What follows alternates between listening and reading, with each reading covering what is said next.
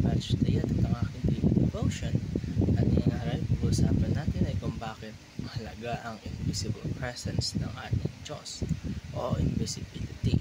At ang Bible verse natin ngayong araw ay mula sa 1 Timothy chapter 1 verse 17. Sinasabi sa ating scripture ngayong araw, "Now unto the King eternal, immortal, invisible, the only wise God, be honor and glory forever and ever. Amen." Sa ating scripture na binasa ngayong araw ay na-acknowledge natin ni Apostle Paul ang katangian ng Diyos bilang eternal, immortal at invisible, na siya lang ang tanging wise God sa atin. Sa verse pa lang na ito ay damang-daman agad natin yung bigat ng presensya ng Diyos kahit hindi siya literal na nakikita. Ang konsepto natin na patungkol sa invisibility ay para mas maintindihan natin, pag-usapan natin ang pag-ibig ng Diyos sa konteksto ng doktrina ng Diyos.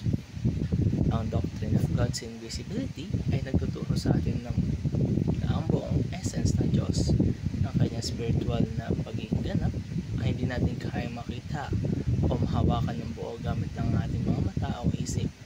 Ibig sabihin nito, kahit gustuhin pa natin makita siya ng harapan, ay hindi siya maaaring ipakita sa ating harapan dahil ganap sa sobrang kabanalan at kadyosan niya. Pero bagamat invisible ang Diyos, He graciously reveals Himself sa atin through invisible things, tulad na naman ng kalikasan, kung paano maayos ang pagkakagawa ng mundo. Sumunod ay ang kanyang salita kung saan ipapahayag ang kanyang kalooban, at higit sa lahat ay sa pamamagitan ni Jesus na siyang naging visible image ng invisible God. So kahit hindi natin siya nakikita ng direkta, mga kapatid, ay we can know and we can truly and personally be with Him dahil sa kanyang mga gawa at sa kanyang presence sa buhay natin. Kaya ang doktrina ng invisibility ng Diyos ay hindi dahilan para mawalan tayo ng tiwala o pag-asa, mga kapatid. Pagkos paalala mo ito ng kanyang holiness, majesty at mastery na dapat lalo pang mag-encourage sa atin na magtiwala sa kanya by faith kahit hindi natin siya nakita. Para naman sa teachings natin ngayong araw, na God is invisible but present.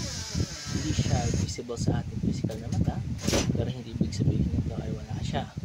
Ang Diyos ay present sa bawat heartbeat, sa bawat answered prayers, sa bawat protection na hindi natin napapansin, at sa mga blessings na dumadating kahit hindi natin hinihingi. Kalaway, God reveals Himself in Christ. Gusto natin makilala ang Diyos, gamitin ni Jesus. Siya ang exact representation ng Ama. Ang kanyang mga gawa, ang kanyang pag-ibig, ang kanyang sakripisyo sa krus, ay lahat yun ay magpapakita ng kung sino ang Diyos. Ikatlo ay God blesses those who believe. Kaya sasabi si John chapter 20 verse 29, "Blessed are they that have not seen and yet have believed."